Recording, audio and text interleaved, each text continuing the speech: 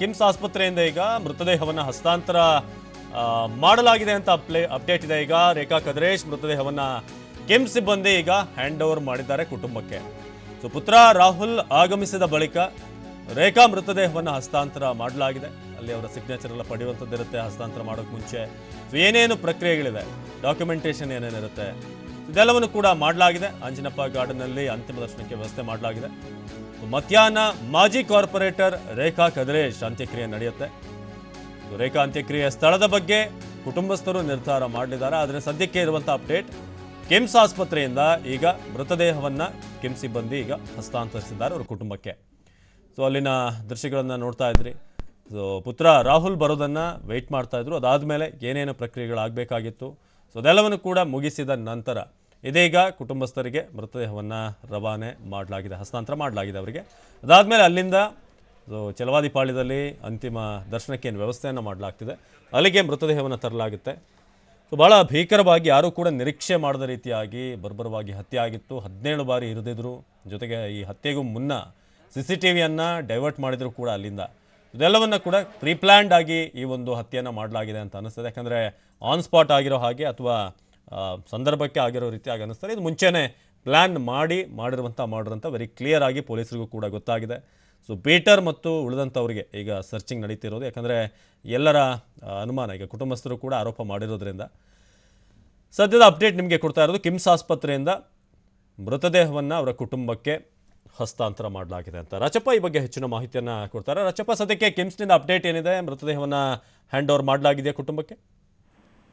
ಅವಿನಾಶ್, ಅಂದ್ರೆ ಮಾಜಿ ಕಾರ್ಪೊರೇಟರ್ ರೇಖಾ ಕದ್ರೇಶ್ ಹತ್ಯೆ ಪ್ರಕರಣಕ್ಕೆ ಸಂಬಂಧಪಟ್ಟಂತೆ ಮೊದಲು PC ಮೋಹನ್ ಬಂದ್ರು. ಅದಾದ ನಂತರದಲ್ಲಿ ಅವರ ಪುತ್ರ ಕೂಡ ಬಂದು ಮೃತದೇಹ ಹಸ್ತಾಂತರ ಪ್ರಕ್ರಿಯೆ ಎಲ್ಲವನ್ನು ಕೂಡ ಮುಗಿಸಿರುವಂತದ್ದು. ಸದ್ಯಕ್ಕೆ ಕಿಮ್ಸ್ ಸಿಬ್ಬಂದಿ ಕುಟುಂಬಸ್ಥರಿಗೆ ಮೃತದೇಹವನ್ನು ಕೂಡ ಹಸ್ತಾಂತರ ಮಾಡಿರುವಂತದ್ದು. ಅಂದ್ರೆ ಆಂಬುಲೆನ್ಸ್ ಬರುವಿಕೆಗಾಗಿ ಕಾಯ್ತಾ ಇದ್ರು. ಆಂಬುಲೆನ್ಸ್ ಕೂಡ ಈಗ ಬಂದಿರುವಂತದ್ದು. ಬಂದಂತ ಹಿನ್ನೆಲೆಯಲ್ಲಿ ಶವಾಗಾರದಲ್ಲಿ ಫ್ರೀಜರ್ ನಲ್ಲಿ ಇಟ್ಟಿದ್ದಂತಹ ಮೃತದೇಹವನ್ನ ಕುಟುಂಬಸ್ಥರಿಗಾಗಲೇ ನೀಡಲಾಗ್ತಾ ಇರುವಂತದ್ದು. ನೀಡಿದ ನಂತರದಲ್ಲಿ ಆಂಬುಲೆನ್ಸ್ ಮೂಲಕವಾಗಿ ಅವರ ನಿವಾಸ ಏನಿದೆ, ಅಂಜನಪ್ಪ ಗಾರ್ಡನ್ ಇರುವಂತಹ ನಿವಾಸ ಏನಿದೆ, ಅಲ್ಲಿಗೆ ತೆಗೆದುಕೊಂಡು ಹೋಗುವಂತಹ ಒಂದು ಪ್ರಕ್ರಿಯೆ ಕೂಡ ಆರಂಭ ಆಗಿದೆ. ಅದರ ಜೊತೆಗೆ ಎಲ್ಲಿ ಅಂತ್ಯಕ್ರಿಯೆ ಮಾಡಬೇಕು ಅನ್ನುವಂತಹ ನಿಟ್ಟಿನಲ್ಲಿ ಕುಟುಂಬಸ್ಥರು ಕೂಡ ಚರ್ಚೆನೆ ಮಾಡ್ತಾರೆ. ಅಂದ್ರೆ ಅವರ ಪುತ್ರ ಆಗಿರ್ಬೋದು, ಹಾಗೇನೆ ಅವರ ಒಂದು ಸಂಬಂಧಿಕರಾಗಿರ್ಬೋದು, ಅವ್ರ ಜೊತೆ ಚರ್ಚೆ ಮಾಡ್ತಾರೆ. ಅದಾದ ನಂತರದಲ್ಲಿ ಬಹುಶಃ ಸದ್ಯಕ್ಕೆ ಹೇಳಲಾಗ್ತಿರುವಂತದ್ದು, ಚಾಮರಾಜಪೇಟೆ ಚಿತಾಗಾರದಲ್ಲಿ ಅಂತ್ಯಕ್ರಿಯೆ ನೆರವೇರಿಸಬಹುದು. ಅಲ್ಲಿ ಕೂಡ ಸ್ಲಾಟ್ ಅನ್ನ ಬುಕ್ ಮಾಡುವಂತಹ ಕೆಲಸ ಕೂಡ ಆಗಿದೆ ಅನ್ನುವಂತ ಮಾಹಿತಿ ಕೂಡ ಸದ್ಯಕ್ಕೆ ಸಿಗ್ತಾ ಇರುವಂತದ್ದು. ಇನ್ನೇನು ಕೆಲವೇ ಕ್ಷಣಗಳಲ್ಲಿ ಆಂಬುಲೆನ್ಸ್ ನ ಮೂಲಕ ಕಿಮ್ಸ್ ನ ಒಂದು ಶವಾಗಾರದಿಂದ ಮೃತದೇಹ ಅವರ ನಿವಾಸಕ್ಕೆ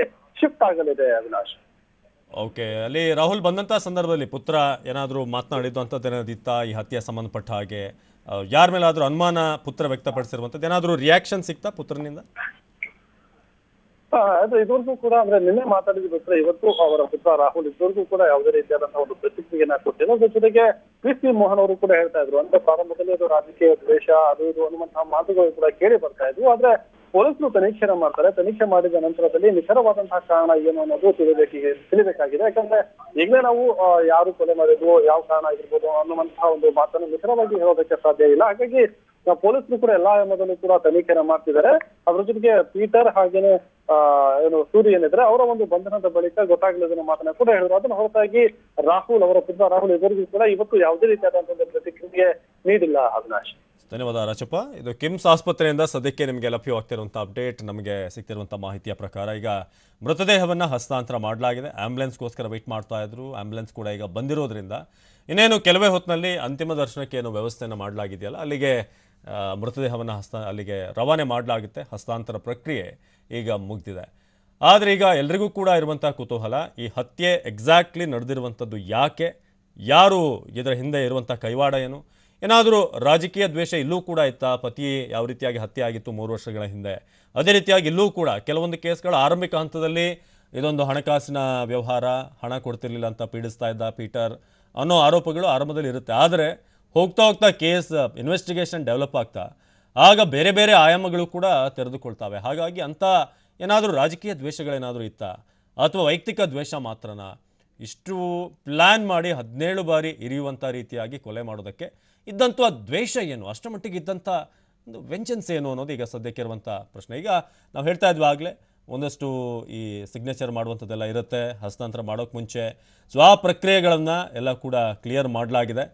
ಸೊ ಜೊತೆಗೆ ಈ ಕಾಂಟ್ಯಾಕ್ಟ್ ಪಡೆಯುವಂಥದ್ದು ಏನಿರ್ಬೋದು ಇದೆಲ್ಲವನ್ನು ಕೂಡ ಪೊಲೀಸರು ಕೂಡ ಪಡೀತಿದ್ದಾರೆ. ಸೊ ಏನೇನು ಅಲ್ಲಿ ಮಾಹಿತಿಯನ್ನು ಕಲೆ ಹಾಕಬೇಕು ಸೊ ಅದನ್ನು ಪಡೆದಿದ್ದಾರೆ ಕೂಡ. ಕಿಮ್ಸ್ ಆಸ್ಪತ್ರೆಯ ಅಪ್ಡೇಟನ್ನು ನಿಮಗೆ ಕೊಡ್ತಾ ಇದ್ವಿ. ಸೊ ಈಗ ರೇಖಾ ಕದ್ರೇಶ್ ಅವರ ಮೃತದೇಹವನ್ನು ಅವರ ಕುಟುಂಬಸ್ಥರಿಗೆ ಹಸ್ತಾಂತರ ಮಾಡಲಾಗಿದೆ ಆಲ್ರೆಡಿ. ಸೊ ಅಲ್ಲಿಂದ ಈಗ ಅಂತಿಮ ದರ್ಶನಕ್ಕೆ ವ್ಯವಸ್ಥೆ ಏನು ಮಾಡಲಾಗಿದೆ ಆ ಜಾಗದಲ್ಲಿ ಅಲ್ಲೂ ಕೂಡ ನುಗ್ಗಲಾಗದ ಹಾಗೆ ವಿಜಯನಗರ SP ಅವರು ಕೂಡ ಅಲ್ಲಿದ್ದಾರೆ. ಸೊ ಇದೆಲ್ಲವನ್ನು ಕೂಡ ನಾವು ಗಮನಿಸ್ತಾ ಇದ್ದೀವಿ. ಈಗ ಕಿಮ್ಸ್ ಆಸ್ಪತ್ರೆಯ ಅಪ್ಡೇಟ್ ಏನಂತ ಅಂದರೆ ಅಲ್ಲಿಂದ ಈಗ ಮೃತದೇಹವನ್ನು ಹಸ್ತಾಂತರ ಮಾಡಲಾಗಿದೆ. ಇನ್ನೇನು ಕೆಲವೇ ಹೊತ್ತಿನಲ್ಲಿ ಅಂತಿಮ ದರ್ಶನಕ್ಕೆ ವ್ಯವಸ್ಥೆಯನ್ನು ಮಾಡಲಾಗಿರುವಂಥ ಜಾಗಕ್ಕೆ ಮೃತದೇಹ ರವಾನೆ ಆಗುತ್ತೆ. ಜೊತೆಗೆ ನಳಿನ್ ಕುಮಾರ್ ಕಟೀಲ್ ಅವರು ಕೂಡ ಬರ್ತಾರೆ ಅಂತಿಮ ದರ್ಶನಕ್ಕೆ, ಅವರು ಕೂಡ ಬರಲಿದ್ದಾರೆ ಅನ್ನೋ ಒಂದು ಮಾಹಿತಿಯನ್ನು ಆಗಲೇ ನಮ್ಮ ಪ್ರತಿನಿಧಿ ಕೊಡ್ತಾ ಇದ್ರು. ಸೊ ರೇಖಾ ಅಂತ್ಯಕ್ರಿಯೆ ಸ್ಥಳದ ಬಗ್ಗೆ ಕುಟುಂಬದವರು ನಿರ್ಧಾರ ಮಾಡಬೇಕಾಗಿದೆ. ಆದರೆ ಎಲ್ಲರನ್ನೂ ಕೂಡ ಸದ್ಯಕ್ಕೀಗ ಕಾಡ್ತಿರುವಂಥ ಪ್ರಶ್ನೆ ಒಂದೇನೆ, ಈ ಹತ್ಯೆಯನ್ನು ಮಾಡಿರುವಂಥದ್ದು ಯಾರು, ಯಾಕೆ ಇಷ್ಟರ ಬರ್ಬರವಾಗಿ ಹತ್ಯೆ ಮಾಡುವಂಥ ಹಂತಕ್ಕೆ ಯಾಕೆ ಹೋಯ್ತಿದು.